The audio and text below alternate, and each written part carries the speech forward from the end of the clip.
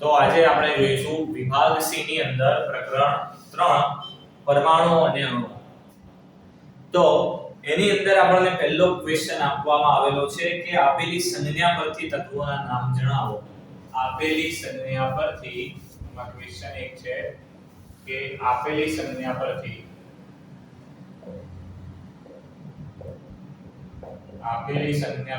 તત્વોના નામ જણાવો. તો હવે એમાં સંજ્ઞાઓ કઈ આપેલી છે તો આપણને આલ્ફાબેટ્સ માં સંજ્ઞા આપેલી છે. એ આલ્ફાબેટ્સ ની સંજ્ઞા પરથી આપણે એનું આખું નામ લખવાનું છે. તો જેમ આપેલું છે એની અંદર એક Cl આપેલું છે. પછી બીજું આપેલું છે આપણને હાઇડ્રોજન H. ત્રીજું આપેલું છે આપણને Ar. ચોથું આપેલું છે O. 5 આપેલું છે આપણને B. અને છઠ્ઠું છે Mg. તો આપણે જે આ સંજ્ઞાઓ આપેલી છે, સિમ્બોલ આપેલા છે સંજ્ઞાઓના આલ્ફાબેટ્સમાં, એના આપણે નામ લખવાના છે.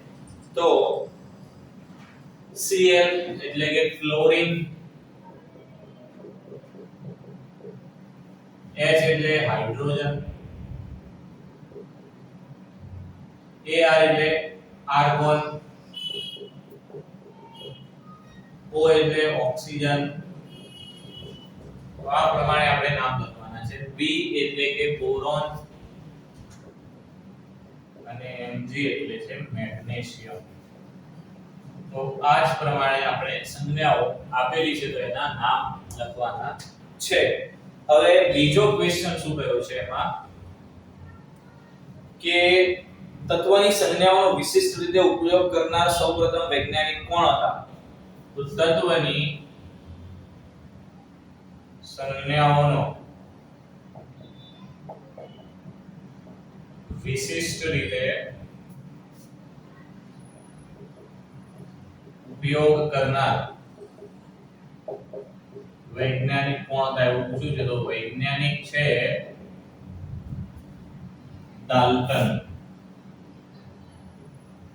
એટલે વિશિષ્ટ કઈ રીતે સંજ્ઞાઓ? તો એમણે જે સંજ્ઞાઓ છે એને સિમ્બોલિક બતાવી છે. એટલે કે સંજ્ઞાને આ રીતે આપણે જે આલ્ફાબેટિકલ જોઈએ છે આલ્ફાબેટ્સમાં આપેલી નથી, એ સંજ્ઞાઓને સંકેત સ્વરૂપે આપેલી છે.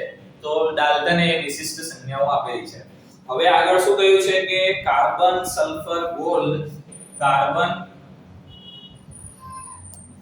સલ્ફર, ગોલ્ડ અને ફોસ્ફરસની સંજ્ઞા જણાવો. ફોસ્ફરસ. તો આ તત્વોની આપણે ડાલ્ટનની જે આપેલી સંજ્ઞાઓ છે વિશિષ્ટ એ લખવાની છે. તો કાર્બન માટે આવશે વર્તુળ, અને એ વર્તુળ જે છે એ આખું જે છે ડાર્ક આ વર્તુળ આવશે. તો એ છે કાર્બનની જે ડાલ્ટનની તત્વ માટેની સંજ્ઞા આપેલી છે. બરાબર છે. એ જ રીતે સલ્ફર માટે જોઈએ તો સલ્ફર માટે વર્તુળની અંદર આપણને વર્તુળ આપેલું છે અને એની અંદર પ્લસ ની નિશાની આપેલી છે. તો એ સલ્ફર દર્શાવે છે. પછી આગળ છે બીજું તત્વ કે ગોલ્ડ છે. તો ગોલ્ડ માટે વર્તુળ, ગોલ્ડ માટે છે વર્તુળ અને એની અંદર વચ્ચે G લખેલો છે અને આજુબાજુ આપણને એની ડિઝાઇન આપેલી છે. તો એ આપણને ગોલ્ડ એટલે કે સોનું સૂચવે છે. અને ફોસ્ફરસ માટે આપણને જે સિમ્બોલ આપેલો છે વર્તુળની અંદર મર્સિડીઝ જેવો સિમ્બોલ આપવામાં આવેલો છે.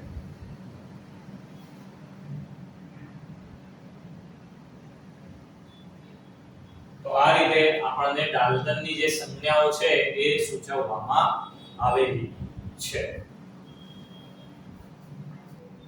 ક્વેશ્ચન નંબર 3 આપેલો છે આપણને દ્વિઅંગી સંયોજન એટલે શું અને આ સંયોજનોના સૂત્ર કેવી રીતે લખવામાં આવે છે? દ્વિઅંગી સંયોજન. દ્વિઅંગી સંયોજન એટલે શું?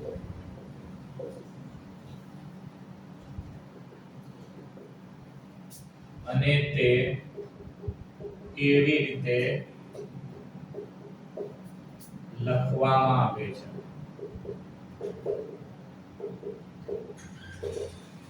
તો આપણને અહીંયા ક્વેશ્ચનમાં દ્વિઅંગી એટલે બે વસ્તુઓ ધરાવે છે એવી સંયોજનની વાત કરી. હવે બે વસ્તુઓ કઈ? તો અહીંયા બે સ્પીસીસ છે, એક ધન આયન અને એક ઋણ આયન. પરથી આપણને નામ આપવામાં આવેલું છે દ્વિઅંગી. એટલે કે જે આયનો ધન સ્વરૂપે છે અને ઋણ સ્વરૂપે છે એ મળીને સંયોજન બનાવે છે, એવા સંયોજનોને આપણે દ્વિઅંગી સંયોજન કહીએ છીએ. અને એમાં ધન આયન તરીકે આપણને ધાતુ આપેલી હોય છે અને ઋણ આયન તરીકે અધાતુ આપેલી હોય છે. તો એ રીતે આપણને દ્વિઅંગી સંયોજન મળે છે. તો લખી દઈએ કે ધન આયન એટલે કે ધાતુ આયન અને ઋણ આયન એટલે કે અધાતુ આયન મળીને સંયોજન બનાવે તેને દ્વિઅંગી સંયોજન કહે છે. દ્વિઅંગી સંયોજન કહે છે. એટલે બે અંગ આવી ગયા, બે પદાર્થ, બે સ્પીસીસ ધન આયન અને ઋણ આયન, એટલા માટે એનું નામ આપવામાં આવ્યું છે દ્વિઅંગી સંયોજન છે. હવે આપણે બીજો ક્વેશ્ચન એની અંદર પૂછેલો છે કે તે કેવી રીતે લખવામાં આવે છે. એટલે દ્વિઅંગી જે સંયોજનો છે, રાસાયણિક સૂત્રો છે, એ કેવી રીતે લખવામાં આવે છે તો એ જોઈ લઈએ. તો એને લખવા માટે સૌપ્રથમ તો પ્રથમ નામ એમાં જે લખવામાં આવે છે, પ્રથમ નામ ધાતુ આયન અને બીજું નામ અધાતુ આયનનું લખાય છે. એટલે જે દ્વિઅંગી સંયોજન આપણે જ્યારે બનાવીએ તો પહેલા જે છે એ પ્રથમ નામ ધાતુ અને બીજું નામ છે એનું અધાતુ આયન હોય છે. જેમ કે આપણે નામ લખીએ કેલ્શિયમ હાઇડ્રોક્સાઇડ, કેલ્શિયમ હાઇડ્રોક્સાઇડ. તો આ જે છે આપણે દ્વિઅંગી સંયોજનનું નામ લખ્યું, જેમાં કેલ્શિયમ જે છે ધાતુ આયન છે અને હાઇડ્રોક્સાઇડ જે છે એ અધાતુ આયન છે. તો આ રીતે પહેલું નામ ધાતુ અને બીજું અધાતુનું લખવામાં આવે છે. તો આ પહેલું સ્ટેપ છે. હવે બીજું કે ધાતુ આયન અને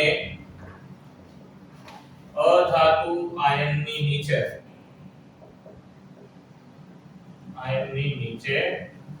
તેની સંજ્ઞા લખવામાં આવે છે. તો નામ છે કે કેલ્શિયમ હાઇડ્રોક્સાઇડ. તો આપણે બીજો સ્ટેપ કયો કે ધાતુ અધાતુ આયન જે લખી દીધું એની નીચે એની સંજ્ઞા. તો કેલ્શિયમ માટે લખવામાં આવે છે Ca, હાઇડ્રોક્સાઇડ માટે લખવામાં આવે છે OH. તો ધાતુ અધાતુ આયનની નીચે એની સંજ્ઞા લખવામાં આવે છે. તો લખી દીધી. હવે ત્રીજું કે આ આયનોની નીચે તેની સંયોજકતા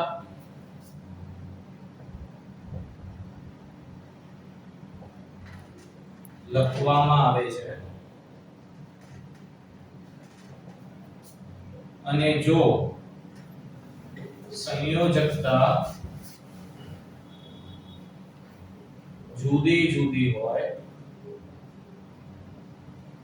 તો તેમનો ચોકડી ગુણાકાર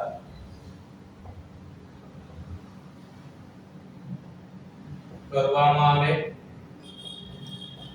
અને જો સંયોજકતા એક સમાન હોય તો સંજ્ઞાઓને પાસ પાસે લખવાથી રાસાયણિક સંયોજન અથવા પાસ પાસે લખવાથી એનું રાસાયણિક સૂત્ર બને છે. બને.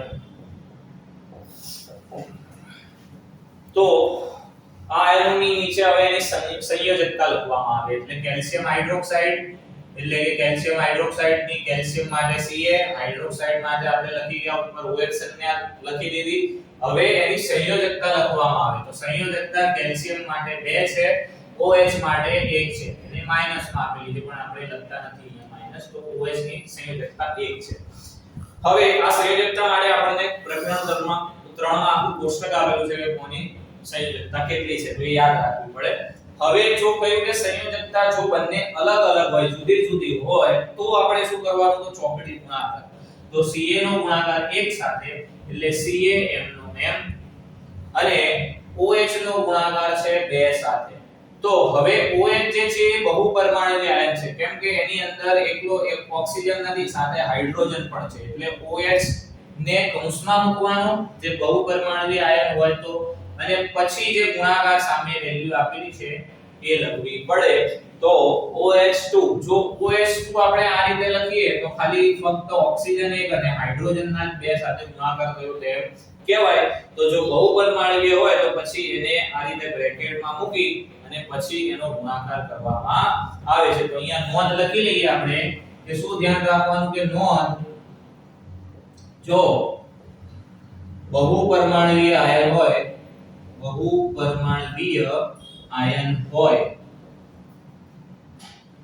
તો તેને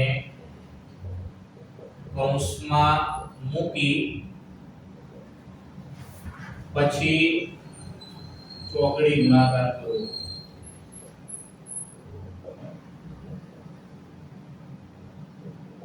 બરાબર છે.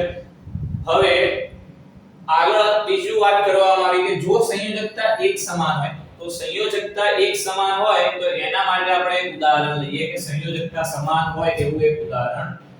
તો લખી લઈએ આપણે કેલ્શિયમ ઓક્સાઇડ. તો એટલે પહેલા દ્વિઅંગી સંયોજનનું નામ લખ્યું, પહેલા ધાતુ બીજું અધાતુ આવી ગયું, પછી કહ્યું કે એની સંયોજકતા લખવામાં આવે સિમ્બોલ લખવામાં આવે. સંજ્ઞા તો Ca કેલ્શિયમ માટે, ઓક્સાઇડ માટે છે O તો એ પણ લખી દીધી. પછી એની સંયોજકતા તો કેલ્શિયમની 2 છે, ઓક્સિજનની પણ 2 છે. એટલે અહીંયા જોઈએ તો બંનેની જે સંયોજકતા છે એ સમાન છે.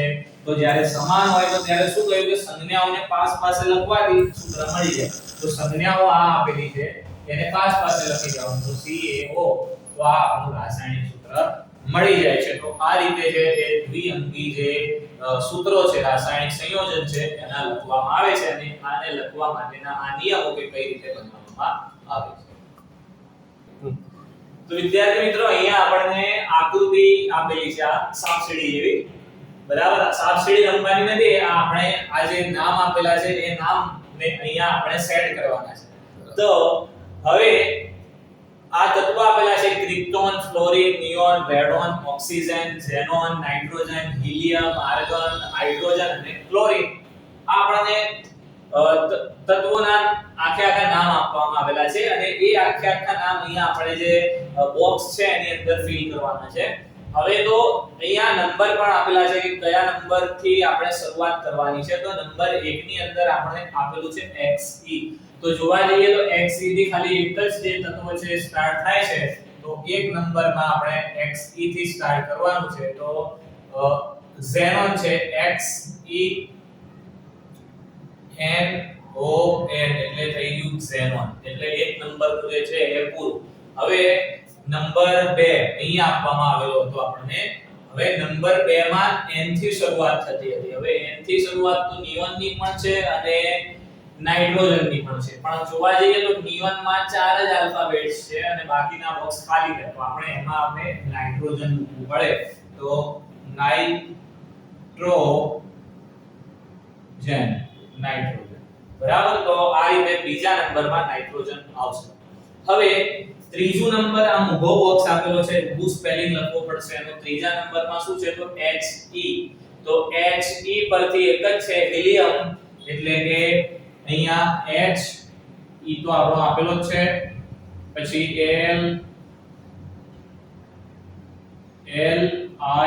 Liu અને M હિલિયમ, બરાબર છે. તો એક તરફનું બોક્સ પૂરું છે. હવે 4 નંબરમાં છે એ F આપેલો છે, તો F પરથી આપણને આપવામાં આવેલું છે ફ્લોરિન, તો એનું પણ આ ઊભું સ્પેલિંગ લખવું પડશે, એટલે 4 નંબર હટાવી દઈએ. F થી શરૂઆત થશે તો FLUO.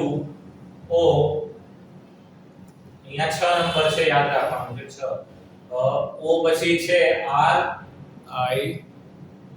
RINE, તો આ થઈ ગયું આપણું ફ્લોરિન. બરાબર. તો 4 નંબર કમ્પ્લીટ થઈ ગયો, બરાબર. આવું તો કે બીજા 5મા ધોરણમાં પૂછાય છે, પણ આપણને આપી દીધું છે તો આપણે પણ કરવું પડશે. સમજી ગયા. હવે 5 જે છે 5 નંબર શરૂઆત થાય છે KR અને અહીંયા KR, એટલે ક્રિપ્ટોન છે, આમ આડું લખવાનું છે, તો 5 નંબર હટાઈ દઈએ, શરૂઆત કરી દઈએ KRYPTON,